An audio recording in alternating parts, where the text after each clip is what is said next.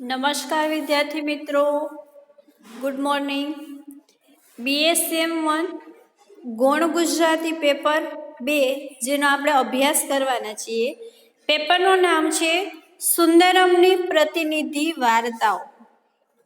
આપણે paper number 2માં કવિ સુંદરમ છે એમના જીવનની જે થોડી ઝરમરો જોઈ હતી અને એમની કવન એટલે કે જે કૃતિઓની ચર્ચા કરી હતી. એવી જ રીતે જે વાર્તાઓ છે, ટૂંકી વાર્તાઓનું એમને જે સ્વરૂપ આપેલું છે, વાર્તાઓ છે એને નાની બનાવે અને ટૂંકી વાર્તાનું જે સ્વરૂપ આપેલું છે, તો એ ટૂંકી વાર્તા છે એના પરિચય વિશે આજે આપણે જોઈએ કે ટૂંકી વાર્તા છે એ કઈ રીતે બને છે.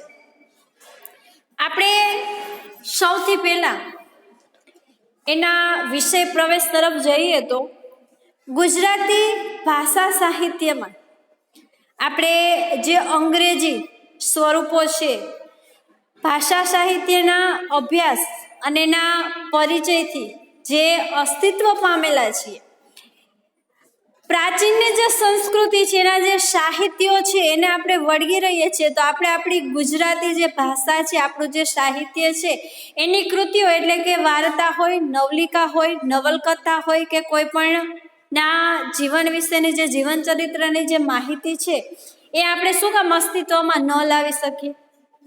આ સાહિત્ય સ્વરૂપ એટલે કે જે ટૂંકી વાર્તા અથવા તો આપણે એને નવલિકા પણ કહી શકીએ. આ વિશ્વની ઉત્તમ ટૂંકી વાર્તાઓમાં જો આપણી ગુજરાતી સાહિત્યની વાર્તાઓ હોય તો એમાં સૌથી પહેલા આવે છે પોસ્ટ ઓફિસ. આ જે ટૂંકી વાર્તા છે વિશ્વમાં જે માન અને સ્થાન પામેલી છે, એવી જ કવિ સુંદરમની જે ટૂંકી વાર્તાઓ અથવા આપણે એને નવલિકાઓ પણ કહી શકીએ, એની જે મહત્વપૂર્ણ લાક્ષણિકતાઓ આજે આપણે જોવાની છે. શું કામ ગુજરાતી સાહિત્યમાં એનું સ્થાન છે, એનું મહત્વ છે એ વધારે છે. તો આપણે આગળ જોઈએ તો ટૂંકી વાર્તા એટલે કે નવલિકા, નવલકથા નહીં, નવલિકા. ટૂંકી વાર્તા સાહિત્ય સ્વરૂપની જે લાક્ષણિકતાઓ અથવા એની વિશેષતાઓ શું છે, બીજા લોકોથી નવલિકા એટલે કે ટૂંકી વાર્તા છે એ ચડિયાતી શું કામ છે, તો એ આપણે જોઈએ તો જે ટૂંકી વાર્તાના જે સાહિત્ય સ્વરૂપને આપણે યથાર્થ રૂપે સમજીએ તો નવલકથા એક શાખા છે, પ્રશાખા છે, સાહિત્યનું એક વિરાટ વૃક્ષ છે. જ્યારે ટૂંકી વાર્તા એટલે કે નવલિકા શું છે, તો એમાં સુકુમાર લતા એટલે કે એ જે નવલકથા જે વટવૃક્ષ છે એની એક શાખા, એની એક ડાળી છે. નવલકથા વિશાળ સ્થાપત્ય છે, જ્યારે ટૂંકી વાર્તા છે ને એ રમ્ય શિલ્પ પ્રતિભાની એક સર્જન કલા છે. નવલકથા વાર્તા છે તો ટૂંકી વાર્તા શું છે, સ્વપ્ન છે. આપણે કોઈ સ્વપ્ન આવે તો એમાંથી આપણે એનું વર્ણન કરી શકીએ. તો નવલકથા છે આખે આખું વર્ણન છે, પણ સ્વપ્ન કોણ છે, તો ટૂંકી વાર્તા. નવલકથાની લખાવટ ખામી ભરી ચાલી શકે, એમાં કોઈ ઉણપ હોય કથામાં તો એ ચાલી શકે, પણ ટૂંકી વાર્તામાં એની જે લખાવટ છે ને એમાં કોઈ પણ પ્રકારની ખામી છે એ ન ચાલી શકે. એ પૂરેપૂરું સંપૂર્ણ તમારી પાસે એ વાર્તા લખવાનું જો જ્ઞાન હોય કે તમારે કોના વિશે વાર્તા લખવી છે, એના સંપૂર્ણ જે માહિતી હોય તો તમે એ વાર્તા લખી શકો.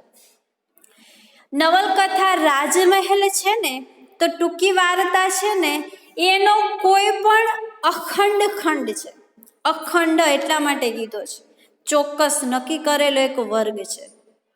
નવલકથા અનેક પાત્રોને ધારણ કરી શકે, પણ ટૂંકી વાર્તા છે એક જ પાત્રને, પછી નાયક હોય કે કોઈ નાયિકા હોય, એની જે રચાતી કલાકૃતિ છે એ કોઈ એક વ્યક્તિ માટે જ બનેલું છે.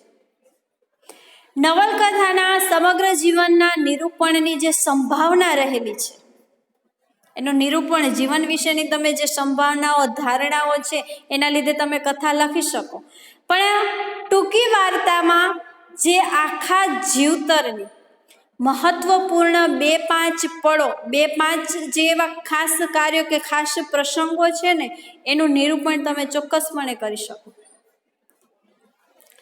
નવલકથામાં એકથી અધિક રસોનું તમે આસ્વાદન કરી શકો છો.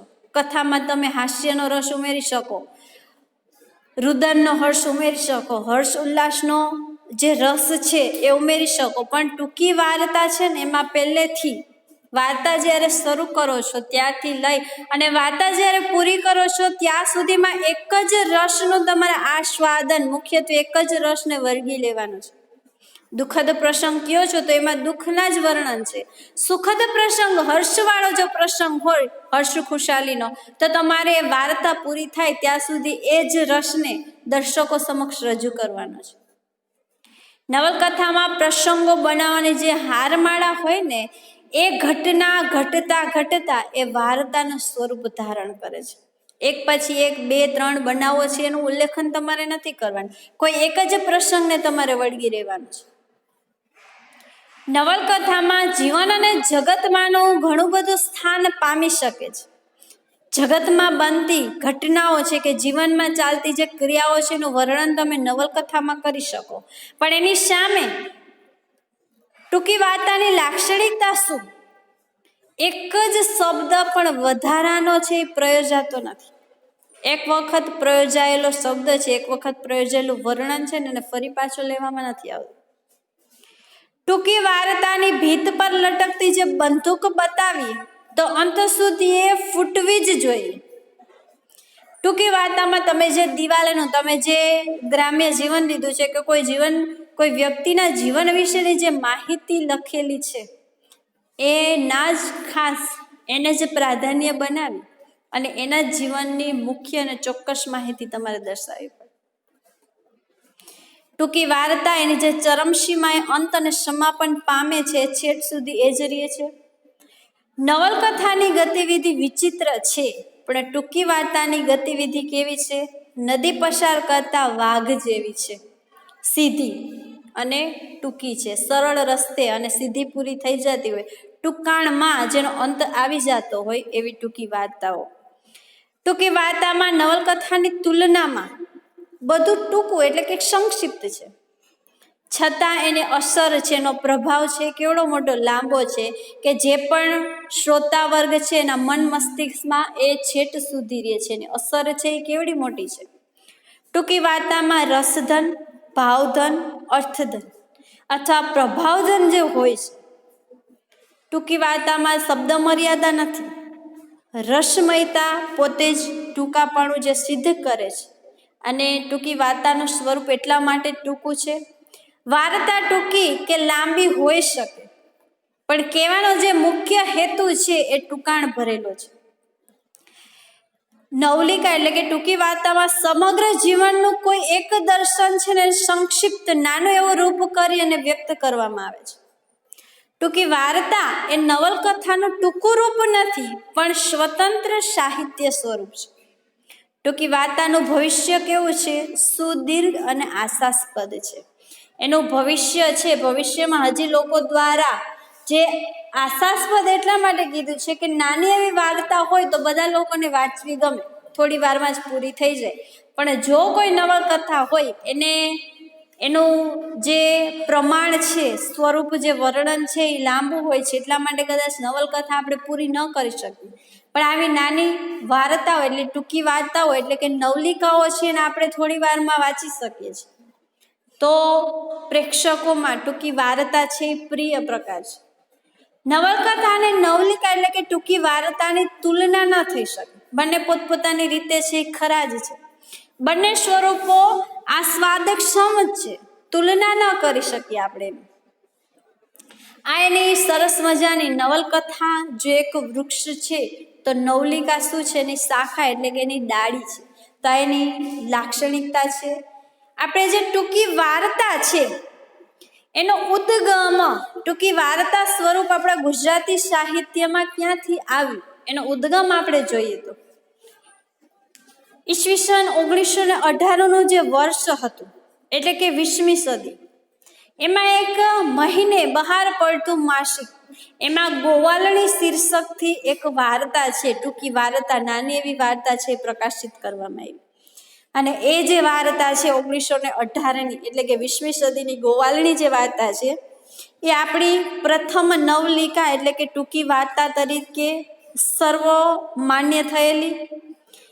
ત્યાર પછી આ સાહિત્ય પ્રકારમાં મેં જે ઝડપી પૂર બહાર જે ઘણી બધી રચનાઓ રચાયેલી છે, ઘણા બધા કવિઓએ ગોવાલડી વાર્તાને આવકાર અને પ્રોત્સાહન મળ્યું. એટલે જે કવિઓ હતા એમણે એમની પોતાની સર્જન શક્તિથી ઘણી બધી ટૂંકી વાર્તાઓ છે એનું સર્જન કર્યું, એની રચના કરી.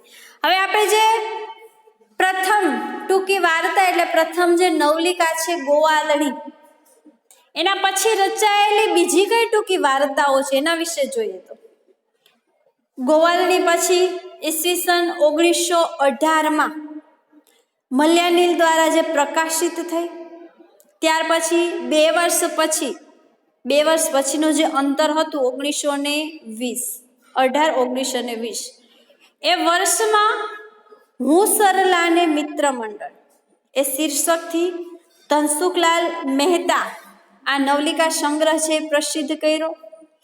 એની જ સફળતા બાદ 1923માં મારી કમલા અને બીજી વાતો નામનો જે નવલિકા સંગ્રહ છે એ આપણા કવિ કનૈયાલાલ મુનશી દ્વારા પ્રકાશિત થયો. એ જ નવલિકા સ્વરૂપને અનેક સર્જકોને પોતાના તરફ આકર્ષા, આવકાર મળ્યો અને જે લખવાની પ્રેરણા મળી.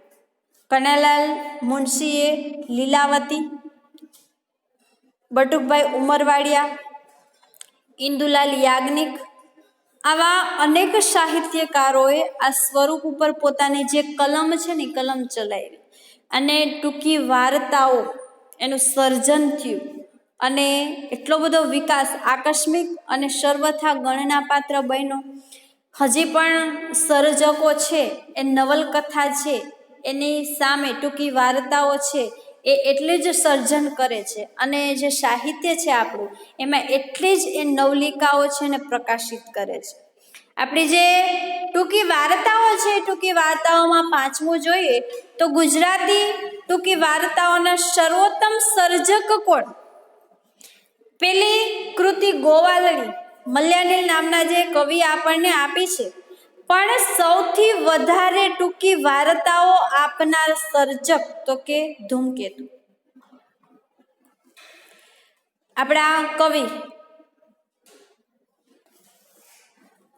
ધૂમકેતુ જે છે એમણે ટૂંકી વાર્તાઓનો જે સંગ્રહ આપણે આપેલો છે, સર્વોત્તમ સંગ્રહ, બધાય કરતા સુંદર, 1926માં તણખા મંડળ નામના જે વાર્તા સંગ્રહ દ્વારા એમણે ટૂંકી વાર્તાના સાહિત્ય જગતમાં જે વિશિષ્ટ પ્રવેશ કર્યો છે.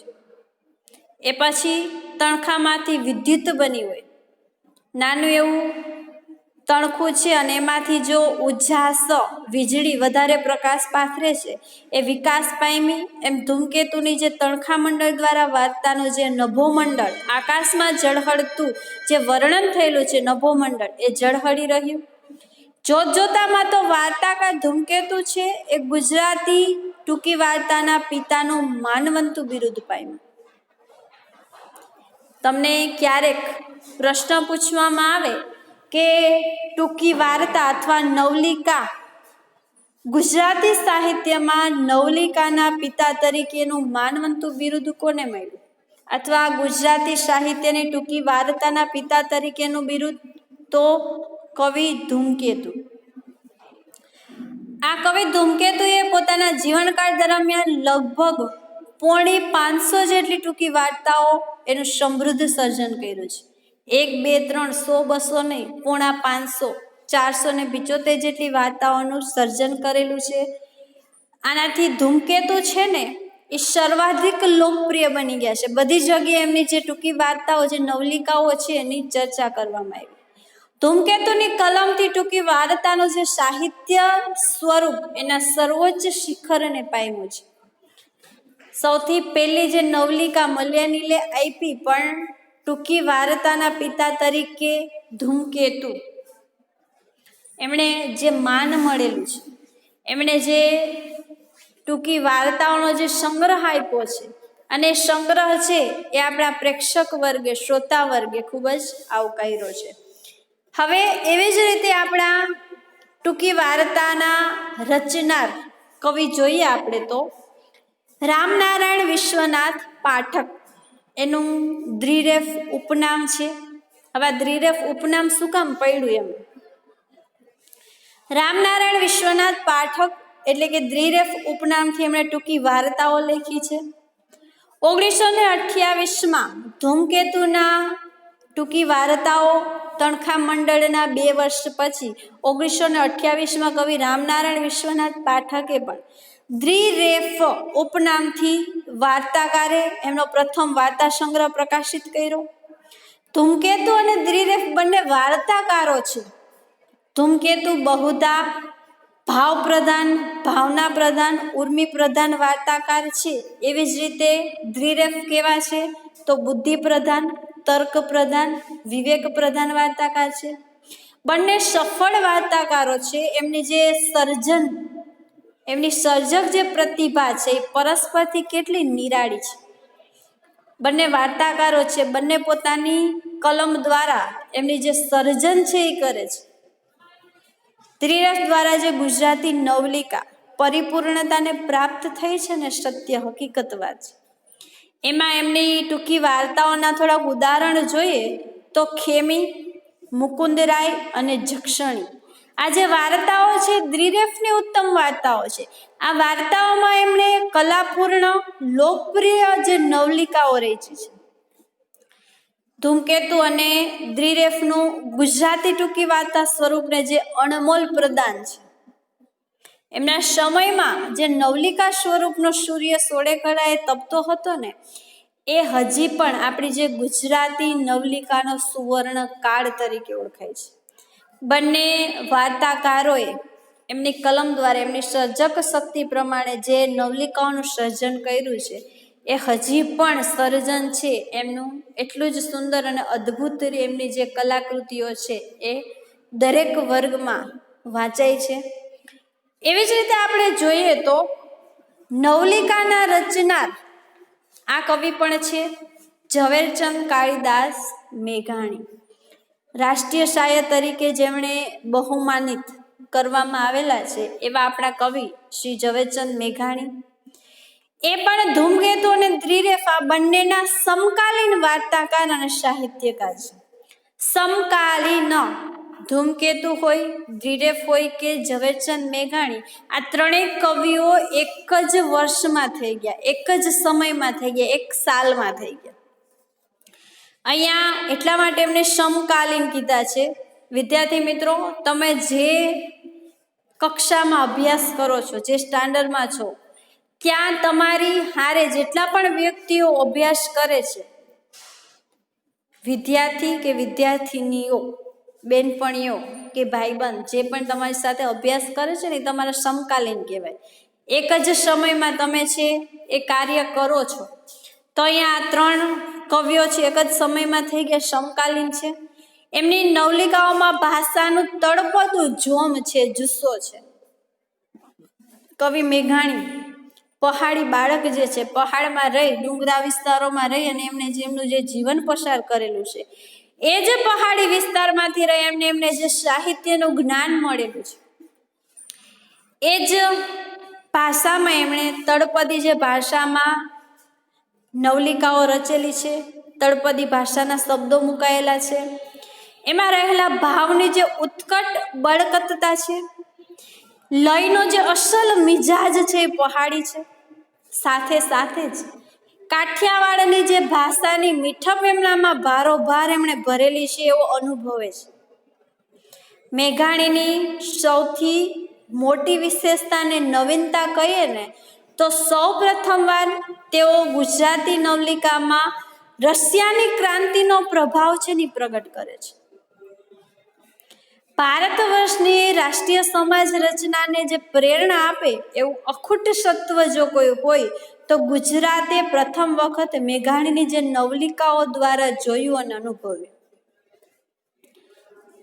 આપણા કવિ મેઘાણી ઉત્તમ નવલિકાઓ જે રચી છે એમાં સૌરાષ્ટ્રની રસધાર, સોરઠી બહારવટિયા, કંકાવટી, ચેતનાના અંગારા, આપણા ઉંબરમાં, ધૂપ છાયા, આજે મેઘાણીના યશસ્વી વાર્તા સંગ્રહો છે. મંછાની સુવાવડ જેવી વાર્તાઓમાં મેઘાણી સામાજિક રૂઢિઓના જે વિરોધી અને જે પ્રચારકો તરીકે જે એમણે કાર્ય કરેલું છે, છતાં પણ આવી વાર્તાઓનું પ્રમાણ કેવું છે? ઝાઝું નથી, નહિવત છે. હવેના જે સર્જક છે એ ટૂંકી વાર્તાઓનું જે સર્જન કરવામાં જે એની સંખ્યામાં ઘટાડો થયેલો છે. ટૂંકી વાર્તાઓ રચવામાં જે સર્જકની જે પ્રતિભા શક્તિ છે એ આગળના જે સર્જકો થઈ ગયા એટલી નથી. એ આપણા માટે એક નાખુશી સમાચાર કહેવાય. હવે આપણે જોઈએ તો ઝવેરચંદ મેઘાણી જેવા જ સર્જક જોઈએ તો સ્નેહરશ્મિ દેસાઈ છે. સ્નેહરશ્મિ દેસાઈ, રમણલાલ દેસાઈ અને ગુણવંતરાય આચાર્ય, આ ત્રણેય જે કવિઓ છે એ સમય જતા જતા ગુજરાતી જે નવલિકાનું જે સ્વરૂપ છે ને એ સમૃદ્ધ થતું ગયું, સમૃદ્ધતા આવતી ગઈ. એક પછી એક કવિઓ છે પોતાની સર્જન શક્તિ પ્રમાણે જે નવલિકાઓની રચના કરતા ગયા. સ્નેહરશ્મિ હોય, રમણલાલ દેસાઈ, ગુણવંતરાય આચાર્ય, આજે ગણના પાત્ર વાર્તા સર્જકોએ પોતાની જે નવલિકા સ્વરૂપને સબળ બનાવ્યું છે. એમના પછી પણ બકુલેશ અને જયંત ખત્રી વિશે ટૂંકી વાર્તાઓ નવલિકાઓમાં એમનું પ્રદાન છે જ. જયંત ખત્રીએ 3 ડઝન જેટલી નવલિકાઓ રહી છે. પ્રસ્તુત સાહિત્ય સ્વરૂપને કલાત્મકતા અને પ્રયોગશીલતા અને આધુનિકતા બક્ષી છે. એમાં આપણે જોઈએ તો ફોરા અને ખરા બપોરે એ નવલિકા જયંત ખત્રીની સુપ્રસિદ્ધ નવલિકાઓનો સંગ્રહ છે. લોહીનું ટીપું એ જયંત ખત્રીની સુપ્રસિદ્ધ અને સર્વોત્તમ નવલિકા છે. એમણે ગુજરાતી નવલિકા સ્વરૂપને રજૂઆતની જે દ્રષ્ટિને નૂતન દિશા આપી છે, એમની સૌથી મોટી વિશેષતા છે. તો નવલિકાના સર્જકોમાં જે ઘટાડો આવે છે, જે સર્જક જે રચનાઓ રચે છે એમાં જે સંખ્યામાં ઓછાપણો જે દર્શાવવામાં આવ્યું છે. એવી જ રીતે ટૂંકી વાર્તાઓના સર્જક વિશે આપણે જોઈએ તો સુંદરમ અને ઉમાશંકર જોશી, એમણે પણ પોતાની કલમ છે ટૂંકી વાર્તાઓમાં અજમાવેલી છે. આ બંનેનું પ્રદાન કવિતા જેટલું જ ગણના પાત્ર છે. ખેલાડી અને નાગરિકા, ઉન્નયન, હીરાકણી અને બીજી વાતો, પિયાસી, આ કવિ સુંદરમના નવલિકા સંગ્રહો છે. એમની નવલિકા ખેલાડી, પેકાર્ડનો પ્રવાસ, મહેરબાનીની રાહે અને માને ખોડે આ ખાસ નોંધપાત્ર છે. ખાસ જે એમનું સર્જન એમણે કરેલું છે. ગુજરાતી નવલિકા સ્વરૂપને સુંદરમે અપૂર્વ કલાઘાટ આપેલો છે. એમની કલા પ્રમાણે એમણે જે નવલિકાઓ આપેલી છે ને એમાં જે પ્રકાર એમણે દર્શાવેલો છે, વાર્તા સ્વરૂપ એક શિખર અને શિખરનો અધિક ઉન્નત પગથિયું બન્યો છે. ઉમાશંકર જોશીએ શ્રાવણી મેળો જે વાર્તા સંગ્રહ દ્વારા ગાંધી વિચારધારા અને સમાજવાદી વિચાર શૈલીને કલાત્મક રીતે શબ્દસ્થ કરી છે. આમ છતાં પણ કવિતા ક્ષેત્રે એમનું યશસ્વી અને જે વિપુલ પ્રદાન છે એટલું નવલિકા ક્ષેત્રે નથી, એ હકીકતની વાત છે. ઉમાશંકર જોશીએ જે નવલકથાઓ લખેલી છે એના ફાળામાં નવલિકાઓ છે એનું પ્રમાણ એમને ઓછું આપેલું છે. ગુજરાતી સાહિત્યના જે કવિઓમાં આપણે પન્નાલાલ પટેલ, ગુલાબદાસ બ્રોકર, ઈશ્વર પેટલીકર, આ જે વાર્તાકારો છે, આ લોકપ્રિય નવલકથાકાર, એવા જ લોકપ્રિય નવલિકાકાર પન્નાલાલ જે પટેલ છે એમણે ઘણા વાર્તા સંગ્રહો લખ્યા છે.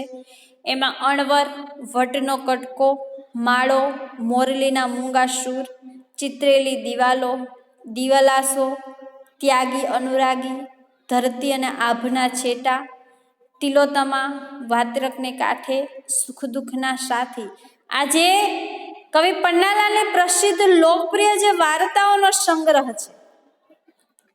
એમના પછી કવિ ગુલાબદાસ બ્રોકર એ ગણના પાત્ર વાર્તાકાર તરીકે પ્રવેશ કરે છે. એમને જે વાર્તાઓ એમને ગણના પાત્ર ગણી શકાય એટલી જે આપેલી છે, એમાં લતા શું બોલે, ગુલામદીન ગાંડીવાળો, નીલીનું ભૂત, આ કવિ બ્રોકરની સુખ્યાત વાર્તાઓ છે. એવી જ રીતે જયંતીલાલ દલાલ પ્રયોગશીલ વાર્તાકાર તરીકે સૌનું ધ્યાન ખેંચે છે. એમણે કવિ જયંતીલાલ દલાલની વિશેષતા કે લાક્ષણિકતા એમની કટાક્ષપૂર્ણ અને અત્યંત વેધક દ્રષ્ટિમાં રહેલી છે. એમની જે વક્રોક્તિ આખાએ ગુજરાતને સુપરિચિત છે. એમની ઉત્તમ નવલિકા જગમોહને શું જોયું, મુક્કમ કરોતી, ઝાડ ડાળ અને મારો, આજે લાક્ષણિક શૈલી સંપન્ન કલાપૂર્ણ જે નવલિકાઓ સર્જીને આ પ્રકારને વિશેષ સમૃદ્ધ અને લોકપ્રિય બનાવી છે.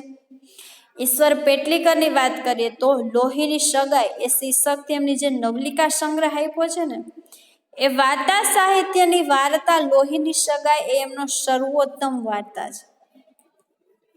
પછી પિતાંબર પટેલ પણ તત્કાલીન સામાજિક સમસ્યાઓને વિષમ બનાવીને જે નોંધપાત્ર નવલિકાઓ લખી છે. એ સર્વ લેખકો પોતાની કોઈ લાક્ષણિકતાથી ગુજરાતી નવલિકાના જે વિકસતા સાહિત્ય સ્વરૂપને ઉત્તમતા બક્ષે છે. એમણે પોતાની અનુકૂળતા પ્રમાણે અને સર્જન શક્તિ પ્રમાણે જે વાર્તાઓ એટલે કે નવલિકાનો જે સર્જન કરેલું છે, એમાં નવલકથાકારોએ જે નવલિકામાં એનું રૂપ આપેલું છે એ પ્રશંસનીય છે. વાર્તાકાર ચુનીલાલ મળિયા વિશે આપણે જો વાત કરીએ, કાળના ક્રમ પ્રમાણે એક પછી એક કવિઓ પછી વાર્તાકાર ચુનીલાલ મળિયા એમણે એમની નવલિકા આપી ઘુઘવતાપુર. આ નૂતન માર્ગ અંકિત કરે છે. સોરઠી બોલી પર એમણે અનન્ય પ્રભુત્વ જકડેલું હતું. એમણે 300 જેટલી વાર્તાઓનું વિપુલ સર્જન પણ કરેલું છે. એમાં કમાઉ દીકરો, વાની મારી કોયલ, કાકવંધિયા, ઉજળેલો બાગ, અંતઃસ્ત્રોતા આ એમની ઉત્તમ યશસ્વી લોકપ્રિય જે નવલિકાઓ છે. એમની જે વર્ણન શૈલીમાં મુખ્યત્વે ચિત્રાત્મક છે. વાર્તાઓમાં એમણે જે પ્રયોજેલી ભાષા ઉપર ભારે પ્રભાવકતા છે. વાર્તાના પ્રસંગનું નિરૂપણ પણ એમણે આબેહૂબ જીવંત રાખેલું છે. વાર્તાના જે સમગ્ર વાતાવરણ ઉપર એમની ચકોર જે નજર છે ને એક સરખી રહે છે.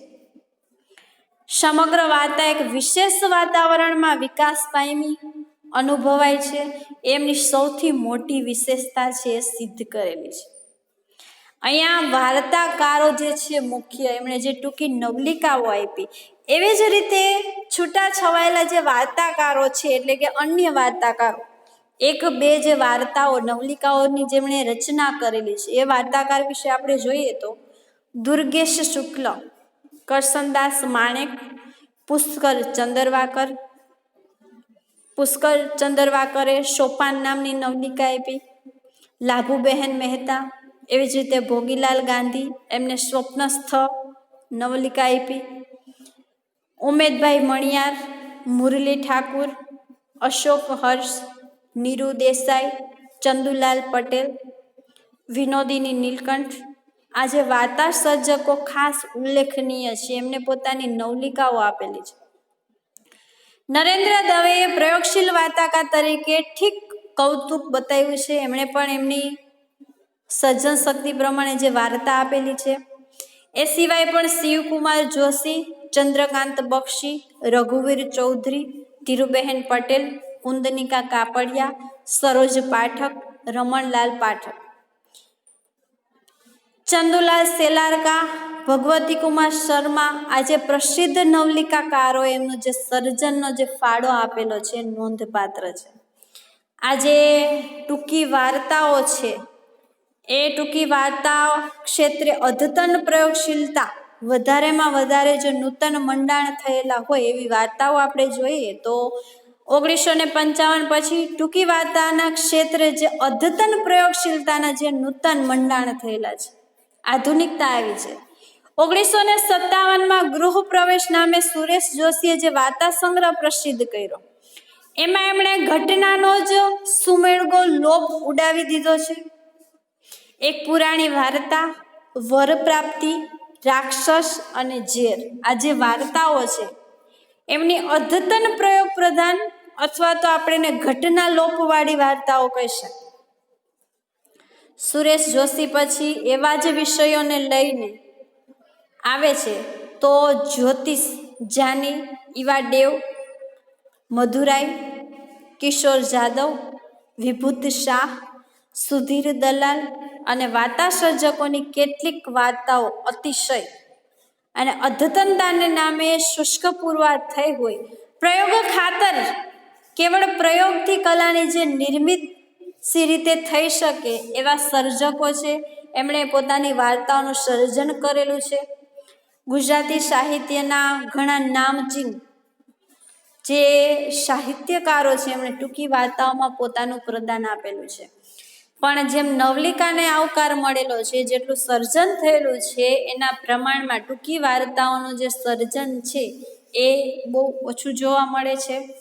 તો આ ટૂંકી વાર્તાનો ઉદ્ભવ સૌથી પહેલી જે આપણી ગોવાલણી જે વાર્તા છે ત્યાંથી થાય છે. અને ગોવાલણી વાર્તા પછી જો ગુજરાતી સાહિત્યમાં ટૂંકી વાર્તા એટલે નવલિકાના પિતા તરીકેનું માન જેમને મેળવેલું છે એ ધૂમકેતુ ટૂંકી વાર્તાના પિતા તરીકે જે બહુમાન એમણે મળેલું છે, એમણે પોણા 500 જેટલી જે ટૂંકી વાર્તાઓનો સંગ્રહ છે આપી અને આપણા ગુજરાતી સાહિત્યને ટૂંકી વાર્તાઓ વિશેની જે માહિતી આપેલી છે, જે મનોરંજન પૂરું પાડેલું છે. તો અહીં તમારી ટૂંકી વાર્તાનો ઉદ્ભવ અને જે વિકાસ છે એ પ્રશ્ન આપણે અહીંયા પૂરો કરીએ. ફરી પાછા મળીશું, ત્યાં સુધી જય મુરલીધર.